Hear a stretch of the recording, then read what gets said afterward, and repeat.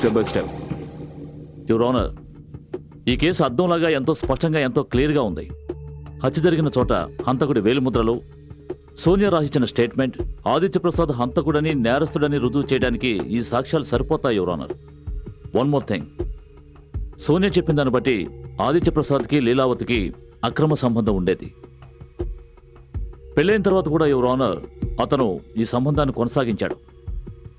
Anyway, నేను చెప్పదలుచుకున్నది ఏమిటంటే ఆదిత్య బహుశా తనకి తెలియకుండానే సత్యని ప్రేమించుంటాడు. ఏ రోజైతే లీల మనసులోంచి అతన్ని తోసేసిందో ఆయన భరించలేకపోయాడు. హత్యకి 2 రోజుల క్రితం తాగిన మైకంలో తప్పకుండా నేను లీలావతికి బుద్ధి చెబుతానని అతను సోనియాతో చెప్పాడు. అనుకున్నట్టుగానే పథకం ప్రకారం లీలావతిని హత్య చేశాడు యువర్ ఆనర్. ఇలాంటి క్రూరమైన హంతకుడికి కఠిన శిక్ష విధించాలని కోర్టు వారిని సవినయంగా కోరుకుంటున్నాను. That's all your honour. Your honour, చూస్తుంటే శరత్ కుమార్ గారు చాలా తొందరపడుతున్నట్టున్నారు. ఆయనే గనక న్యాయమూర్తి అయితే నిందితుడిని కోర్టులో ప్రవేశపెట్టడానికి ముందే ఉరిశిక్ష విధించేలా ఉన్నారు. యువర్ ఆనర్, నేను విచారించవలసిన సాక్షుల్ని ప్రవేశపెట్టడానికి ముందు ఆయన గారి సాక్షుల్నే కొన్ని ప్రశ్నలు అడగాలనుకుంటున్నాను. అందరికంటే ముందు మిస్సెస్ సోనియాని విచారించాలని కోరుకుంటున్నాను. యువర్ ఆనర్, మీకు ఆదిత్య ప్రసాద్ గారు ఎలా తెలుసు? నేను ఆదిత్య ఒకే యాడ్ ఏజెన్సీలో పనిచేస్తున్నాం. ఐఎమ్ సారీ, పని చేసేవాళ్ళం. బట్ నేను తెలుసుకున్నది ఏమిటంటే మీరు కావాలనే ఆ యాడ్ ఏజెన్సీని వదిలేశారు. I'm right? రైట్. అందుకు కారణం కూడా ఉంది. లీలావతితో చనువు ఏర్పడిన తర్వాత తనకి నా గురించి లేనిపోనివన్నీ చెప్పడం మొదలుపెట్టారు. లీలావతి అతని మాటలు నమ్మి కంపెనీ షేర్స్ మొత్తం కొనుక్కున్నాక నన్ను అక్కడి నుంచి పంపించేశారు. ఓ, అయితే మీకు లీలావతి ఎప్పటి నుంచి తెలుసు? ఆవిడ మా యాడ్ ఏజెన్సీకి ఎప్పటి నుంచి రావడం మొదలుపెట్టారో అప్పటి నుంచి. ఆవిడ గారి భర్త మిస్టర్ రమేష్ నారాయణ. నేను మిమ్మల్ని అడిగింది మిస్టర్ రమేష్ నారాయణ గురించి. ఆయన్ని జూలై 6న హత్య చేశారు. ఆయన మీకు ఎప్పటి నుంచి తెలుసు? ఆయన నాకైనా తెలీదు. యువర్ ఆనర్, నేను వాచ్మెన్ ఎంక్వైరీ చేయాలనుకుంటున్నాను. మిస్టర్ అండ్ మిస్సెస్ లీలావతి దగ్గర పనిచేసిన అతను. అవును సార్, సోనియా మేడం తరచూ రమేష్ గారిని కలుసుకోవడానికి వస్తుండేది. లీలావతి గారు ఉన్నప్పుడేనా లేక ఆవిడ వెళ్ళిపోయిన తర్వాత? లీలావతి మేడం బయటికి వెళ్ళిన సమయం చూసి సోనియా మేడం ఇంటికి వస్తూ ఉండేది. మీరేమైనా అడగాలనుకుంటున్నారా? యువర్ ఆనర్, ఇవన్నీ కొన్ని హోటల్ బిల్స్. వీటిలో సోనియా మిస్టర్ నారాయణతో రాత్రుళ్ళు గడిపింది. అవసరమైతే హోటల్ స్టాఫ్ని కోర్టులో ఎంక్వైరీ చేయడానికి ప్రవేశపెట్టగలను. మిస్టర్ ఆదిత్య ప్రసాద్ అనుకోని పరిస్థితుల్లో ఇరుక్కుపోయారు. లీలావతిని ఆయన కాదు, నిజానికి లీలావతి ఆయన్ని ప్రేమ వల్ల పడేసింది. నాకు బాధగా ఉంది యువర్ ఆనర్. నిజమైన హంతకుడిని పట్టుకోవడంలో విఫలమైన పోలీసులు తప్పించుకోవడానికి ఒక నిరపరాధిని బలిపశువుని చేయాలని చూస్తున్నారు. నా క్లయింట్ నిరపరాధాన్ని నిరూపించడానికి నేను కోర్టు వారిని మరికొంత సమయం కోరుతున్నాను. అంతవరకు నా క్లయింట్కి బెయిల్ మంజూరు చేయవలసిందిగా సవినయంగా కోరుకుంటున్నాను.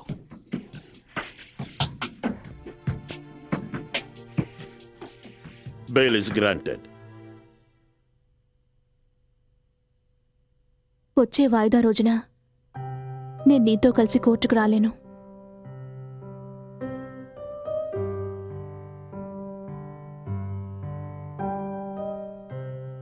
హాస్పిటల్లో ఏదైనా అపాయింట్మెంట్ ఉందా? లేదు, కానీ నేను ఏ మాటల్ని మర్చిపోవాలనుకుంటున్నాను. కోర్టులో నేను అవే మాటల్ని మళ్ళీ మళ్ళీ వినాల్సి వస్తుంది. I just can't bear it.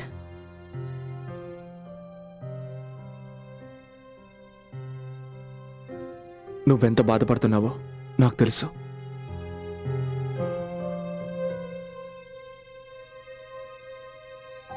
కానీ అక్కడ నువ్వు లేకుండా నేను చాలా ఒంటరిగా ఫీల్ అవ్వాల్సి వస్తుంది. నేను విన్నది నిజమైన ఆఫీసర్? మీరు మిస్టర్ ఆదిత్య వాళ్ళ ఆఫీస్కి అతనికి వార్నింగ్ ఇవ్వడానికి వెళ్ళారట? నేను కేవలం ఆయన హెచ్చరించడానికి వెళ్ళాను. దేని గురించి? లీలావతి గురించి. రమేష్ నారాయణ మర్డర్ కేసుని నేను ఇన్వెస్టిగేషన్ చేసేటప్పుడు లీలావతి క్యారెక్టర్ నాకు బాగా అర్థమైంది. లీల తన స్వార్థం కోసం ఇతరులతో అక్రమ సంబంధం పెట్టుకుని తన పని పూర్తవగానే వాళ్ళని వదిలించుకునేది. అంటే మీరు మిస్టర్ ఆదిత్య దగ్గరికి లీలావతి పని పూర్తయిన వెంటనే తన భర్తను వదిలించుకున్నట్టే మిమ్మల్ని వదిలించుకుంటుందని చెప్పడానికి వెళ్ళారు. ఆమె రైట్? చూడండి, ఏ విషయమైనా ప్రూవ్ కాకుండా నేను దాని గురించి కామెంట్ చేయను. కానీ నాకు ఒక అనుమానం ఉండేది, లీల ఆదిత్యకు ఏదో ఒక విషయంలో నష్టం కలిగిస్తుందని. Thank you officer.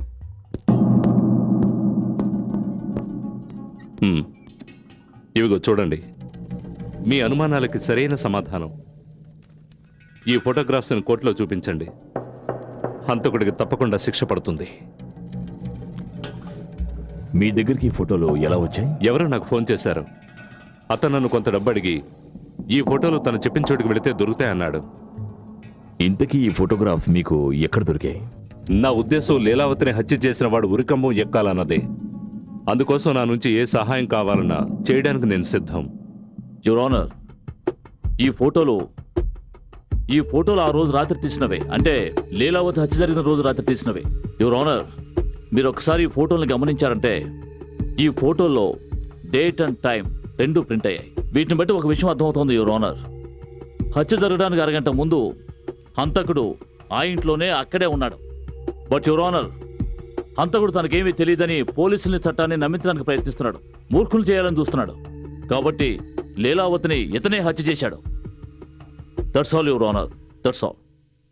Mister Aditya, మీరేమైనా చెప్పదలుచుకుంటే చెప్పొచ్చు.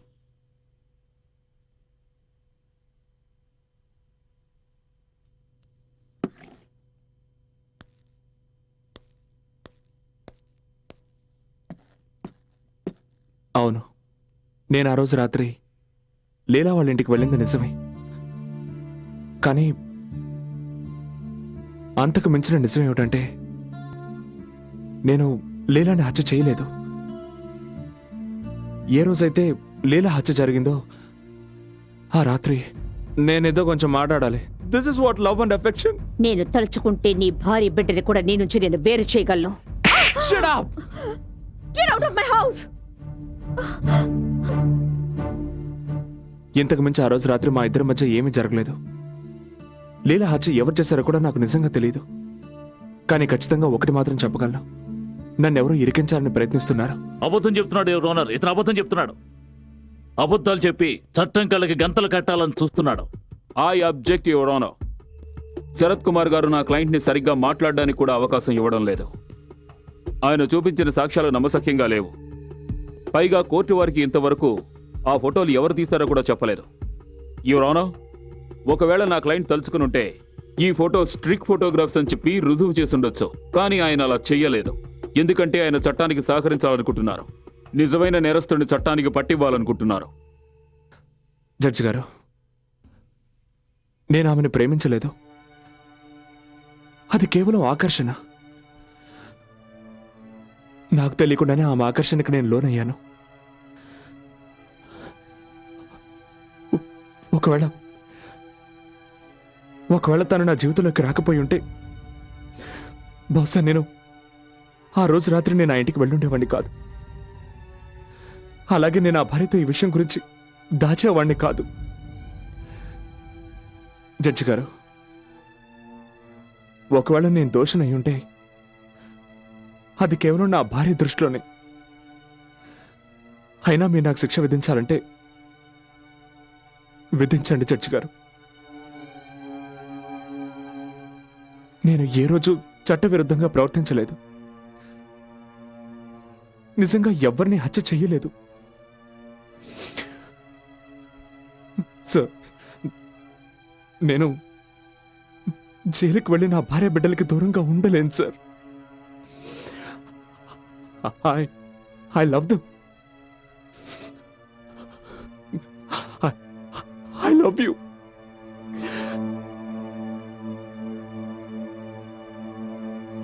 ఈ కేసులో నిర్ణయం తీసుకోవడానికి కోర్టు పోలీసుల సహకారాన్ని కోరుతోంది. అందుకని వచ్చే వాయిదా రోజున ఖచ్చితంగా ఆ ఫోటోగ్రాఫర్ని న్యాయస్థానంలో హాజరుపరచవలసిందిగా ఆదేశిస్తున్నాను. మిమ్మల్ని ఆ ఫోటోగ్రాఫర్ ఒక్కడే కాపాడగలడు. ఒకవేళ మనం ఆ ఫోటోగ్రాఫర్ని కనిపెట్టలేదంటే మనం ఈ కేసు ఓడిపోయినట్టే. కానీ మనం ఆ ఫోటోగ్రాఫర్ని ఎలా కనిపెట్టగలం? చూడండి, నేను మీకు సహాయపడగలను.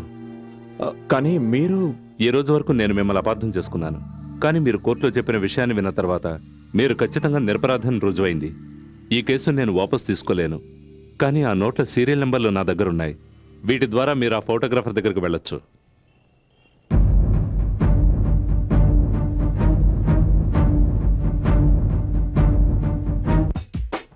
ఇక్కడికి అతను నన్ను డబ్బు తీసుకురమ్మన్నాడు. ఆ డబ్బు తీసుకుని ఈ ఫోటోగ్రాఫ్స్ ఇచ్చాడు. కానీ ఇది చాలా పెద్ద మార్కెట్ కదా, అతను ఎట్నుంచి వచ్చేది మనకెలా తెలుస్తుంది? ఈ ఏరియాలో చాలా ఫోటో స్టూడియోలు ఉన్నాయి. మనం ఒక్కొక్క స్టూడియోలోనూ అడుగుతూ వెళదాం, ఎక్కడైనా క్లూ దొరకచ్చు. సరే, అక్కడ ఓ షాప్ కనిపిస్తోంది, అక్కడ నుంచి స్టార్ట్ చేద్దాం.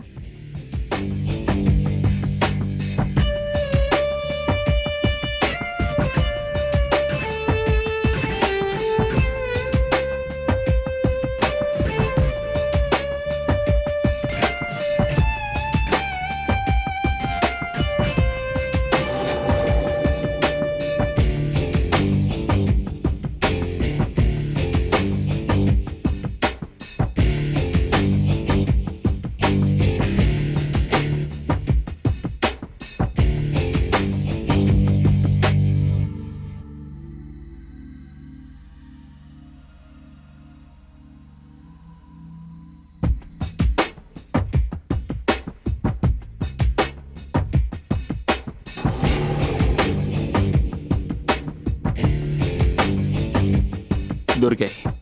ఇవి అవే సీరియల్ నోట్లు. ఈ నోట్లు మీకు ఎలా దొరికాయి? ఎవరెవరో ఇస్తూ ఉంటారు, జ్ఞాపకం ఎలా ఉంటుంది సార్? అందుకే ఈ లిస్ట్ తీసుకుని మేము మీ దగ్గరికి వచ్చాం. ఇక నుంచి ఎవరైనా 100 రూపాయల నోట్లు తీసుకుని మీ దగ్గరకు వస్తే ఈ లిస్టు ఆ నెంబర్లు మ్యాచ్ అవుతున్నాయేమో చూడండి. ఒకవేళ మ్యాచ్ అయితే వెంటనే మాకు ఫోన్ చేసి చెప్పండి. అలాగే. చూడండి, మా నెంబర్స్ ఇందులో ఉన్నాయి. ఓకే, ఇప్పుడు అర్థమైంది సార్. నెంబర్లు మ్యాచ్ అవుతున్నాయి. బట్ మళ్ళీ అతను ఆ స్టూడియోకి రావాలి. ఆ స్టూడియో అతను మనకు ఫోన్ చేయాలి. మీరు చెప్పింది నిజమే.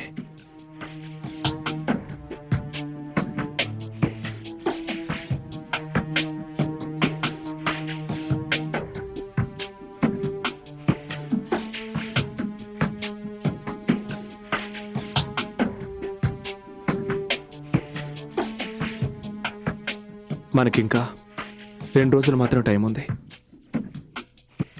ఆ తర్వాత జడ్జి గారు తీర్పు ఇచ్చేస్తారు. Just 2 days.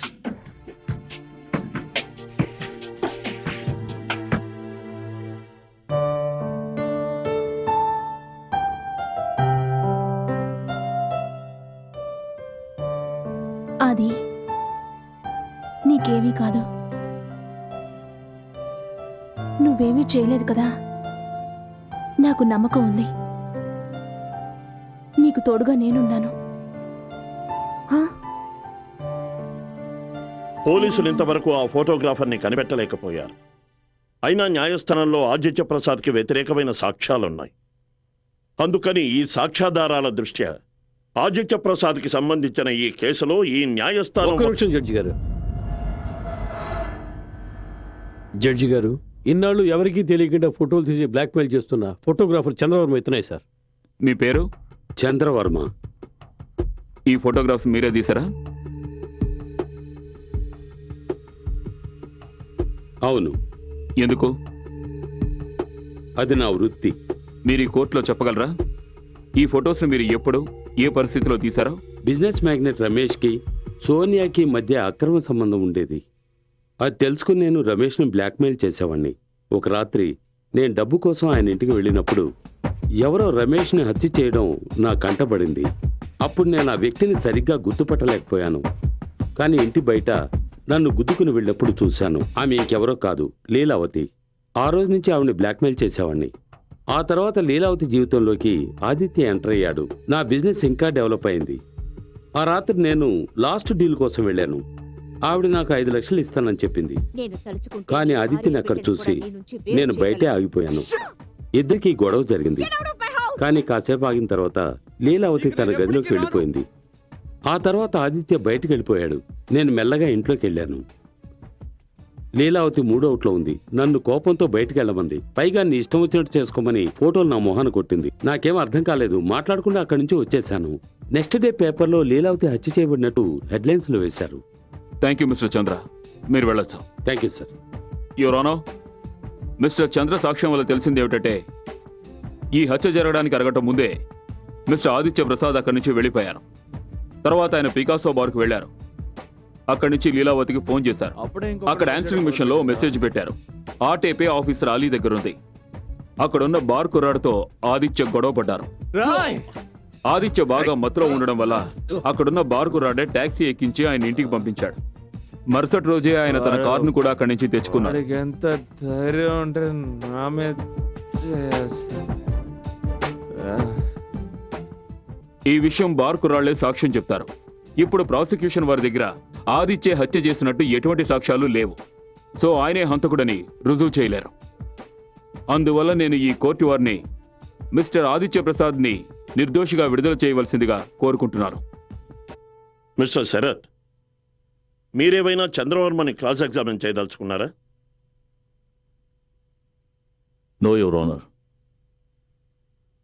లీలావతి హత్య జరిగిన రోజున మిస్టర్ ఆదిత్య ప్రసాద్ ఆవిడ ఇంటికి వెళ్లిన మాట నిజమే అయినా మిస్టర్ చంద్రవర్మ బార్ కుర్రాళ్ల సాక్ష్యాల వల్ల అతనికి ఈ హత్యకు ఎలాంటి సంబంధమూ లేదని రుజువైంది. ప్రాసిక్యూషన్ వారు ఇంతవరకు ఎన్ని సాక్ష్యాలు ప్రవేశపెట్టినా వారు ఆదిత్య ప్రసాదే లీలావతిని హత్య చేసినట్టుగా రుజువు చేయలేకపోయిన కారణంగా ఈ కోర్టు మిస్టర్ ఆదిత్య ప్రసాద్ని నిర్దోషిగా భావించి విడుదల చేస్తోంది. అసలైన హంతకుడు ఎవరన్నది కనిపెట్టవలసిందిగా పోలీసుల్ని ఆదేశిస్తోంది. The case is dismissed. రాబాబు. Hi sir. Hello. Have a seat. You are a very lucky man. మీ భార్య ఎంతో తెలివైంది. ఒకవేళ మీ ఆవిడ లాస్ట్ మినిట్లో ఆ ఫోటోగ్రాఫర్ని కనుక తీసుకురాకపోయి ఉండుంటే ఈ కేసు మరో రూట్లో వెళ్ళి ఉండేది. One minute. చంద్రాని సత్య కాదు దివాకర్ తీసుకొచ్చాడు కదా? కాదు. దివాకర్ కేవలం అతన్ని కోర్టుకు తీసుకొచ్చాడు. అతన్ని కనిపెట్టింది మీ ఆవిడే. ఎప్పుడైతే సిల్వర్ స్టూడియో ఓనర్కి చంద్ర గురించి తెలిసిందో అతను మీ ఇంటికి ఫోన్ చేశాడు. ఆ ఫోన్ సత్య తీశారు. తన ప్రాణాలను కూడా తెగించిన సత్య స్వయంగా చంద్రను కలుసుకోవడానికి వెళ్ళింది. అలాగే అతన్ని మీకు అనుకూలంగా సాక్ష్యం చెప్పడానికి ఒప్పించింది.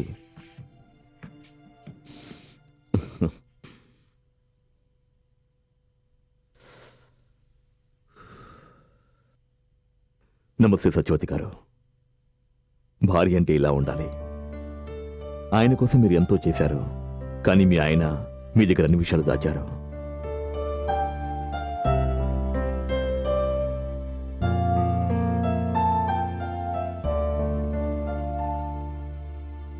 మీరు టీ తాగండి, నేను బయలుదేరతాను.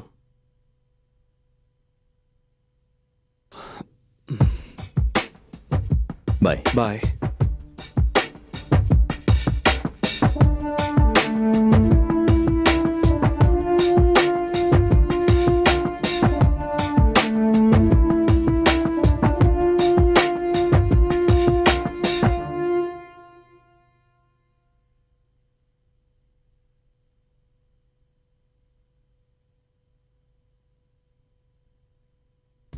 నేను దేన్నైనా భరించగలను, కానీ నా కొడుకు తండ్రి నీడ లేకుండా బతకడం నేను చూడలేను. వాడి భవిష్యత్తు కోసమే నేను ఈ పని చేశాను. నాకు ఇదే మంచిదనిపించింది. లోకం దృష్టిలో అది మంచో చెడో నాకు తెలియదు. అది నేనొక తల్లిగా ఆలోచించాను. నువ్వు చెప్పేదాన్ని బట్టి చూస్తుంటే నీకు అంతకుడు ఎవరో తెలుసా? తెలుసు. అయితే మరి కోర్టులో అతని పేరు ఎందుకు చెప్పలేదు? ఎందుకంటే హంతకుని పేరు చెప్తే నా కొడుకు తన తల్లికి దూరం అవుతాడు.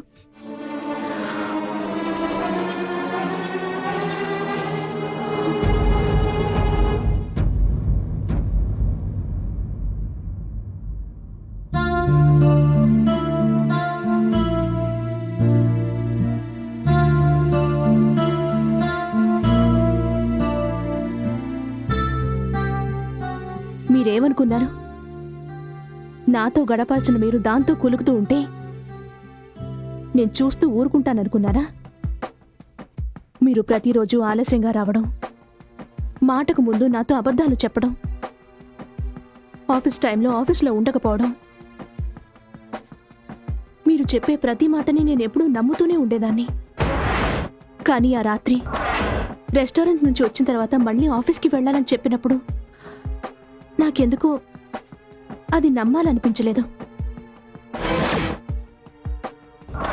అందుకే నేను మిమ్మల్ని ఫాలో అయ్యాను. మీరు లీలా ఇంటికి వెళ్ళడం చూశాను. నేను మీ ప్రతి మాటను గమనిస్తూ వచ్చాను. ఆ రోజు అలమార్లో మీ ఇద్దరి ఫోటోలు చూశాక నా అనుమానం నిజమైంది. ఆ రోజు రాత్రి నేను ఇంట్లోంచి వెళ్ళిపోతానని చెప్పినప్పుడు అయితే నన్ను మీరు నా నుంచి చాలా దూరం వెళ్ళిపోయారనిపించింది. నా మనసు విరిగిపోయింది. కానీ నా కాపురం చెడిపోవడం నాకు ఇష్టం లేదు. అప్పుడు నేను నిర్ణయించుకున్నాను, లీలని కలవాలని. నేను తనకి ఫోటోలు చూపించాను, నచ్చ చెప్పాలని ప్రయత్నించాను, మనిద్దరి మధ్య నుంచి వెళ్ళిపోమని చెప్పాను. కానీ తను నేను చెప్పిన ఒక్క మాట పట్టించుకోలేదు. పైగా నన్ను ఇంట్లోంచి వెళ్ళిపోమని చెప్పింది. లీలా! నేను తనకి ఎంతో నచ్చ చెప్పాను, కాళ్ళ వేళ్ల పడ్డాను, నా బిడ్డ భవిష్యత్తు గురించి ఆలోచించమన్నాను.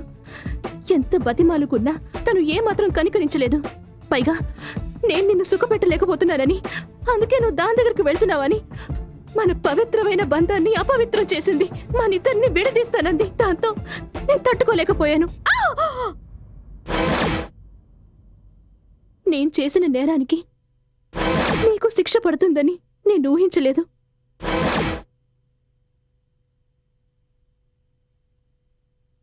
అంటే లీలానే నువ్వు? అవును, నేనే. లీలావతిని హత్య చేసింది నేనే. కానీ అది అనుకోకుండా జరిగింది. అది హత్య జరిగిన రోజున ఏం జరిగిందో మీరు కోర్టులో చెప్పాకే నాకు అర్థమైంది. అవునది నీకు నా మీద ఎంత ప్రేమ ఉందో నువ్వు చెప్తుంటే నాకు నీ మీద 1000 రెట్లు ప్రేమ పెరిగింది. అప్పుడే నిర్ణయించుకున్నాను, ఒక భార్యగా భర్తను రక్షించుకోవడానికి ఏదైనా చెయ్యాలని. చంద్రవర్మ కోసం గాలించాను, అతని బలహీనతను పసిగట్టాను. ఇక్కడికి రావడానికి ముందు నేను నీ గురించి పూర్తిగా తెలుసుకునే వచ్చాను. పేరు చంద్రవర్మ, ముంబై నుంచి వచ్చావు. వృత్తి చూస్తే ఫోటోగ్రాఫర్వి, కానీ వ్యాపారం బ్లాక్ మెయిలింగ్, అది చట్టవిరుద్ధమైనది. నువ్వేమనుకున్నావు? నువ్వు నా కాపురాన్ని చెడగొడితే నేను నిన్నంత తేలిగ్గా వదిలేస్తాననుకున్నావా? నీకిక 2 మార్గాలున్నాయి, జైల్లో ఊచలు లెక్క పెట్టడం లేదా అప్రూవర్గా మారడం. ఇవన్నీ ముందే ఎందుకు నాతో చెప్పలేదు? మీకు లీలకు ఉన్న సంబంధం నాకు ముందే తెలుసని మీకు తెలిస్తే మీరు సిగ్గుతో తల ఉంచుకోవడం నేను భరించలేను. మీరు నా దగ్గరికి తిరిగి వచ్చేశారు, నాకంతకంటే ఇంకేం కావాలి? ఇదంతా ఎలా జరిగిందో నాకు తెలియదు, కానీ జీవితాన్ని జీవితంగా మలుచుకోవడానికి కొన్ని విషయాల్ని దాచడం ఎంతో అవసరమాది. లేదంటే ప్రేమ కోటలు పేక మేడల్లా కూలిపోతాయి. నేను మన కాపురాన్ని కలకాలం కాపాడుకోవడానికి ఏది మంచో అదే చేశాను.